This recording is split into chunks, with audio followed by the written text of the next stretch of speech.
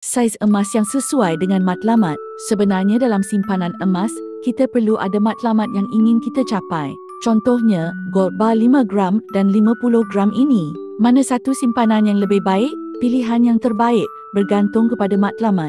Sebagai contoh, jika matlamat adalah untuk tunaikan haji, simpanan untuk berkahwin, deposit beli rumah, yang mana anda perlu buat bayaran sekaligus. Gold bar 50 gram adalah pilihan yang lebih sesuai untuk anda. Maksimumkan keuntungan.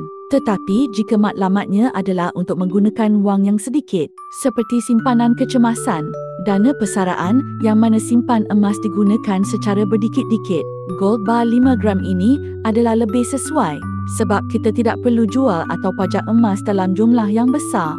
Dengan kaedah menabung emas menggunakan akaun GAP, kita boleh kumpul gram emas sikit-sikit sehingga anda capai gram emas yang anda mahu, sama ada 5 gram ataupun 50 gram gold bar ini. Jom mulakan simpanan emas rendah RM100. Klik link di bio RD Aminuddin sekarang.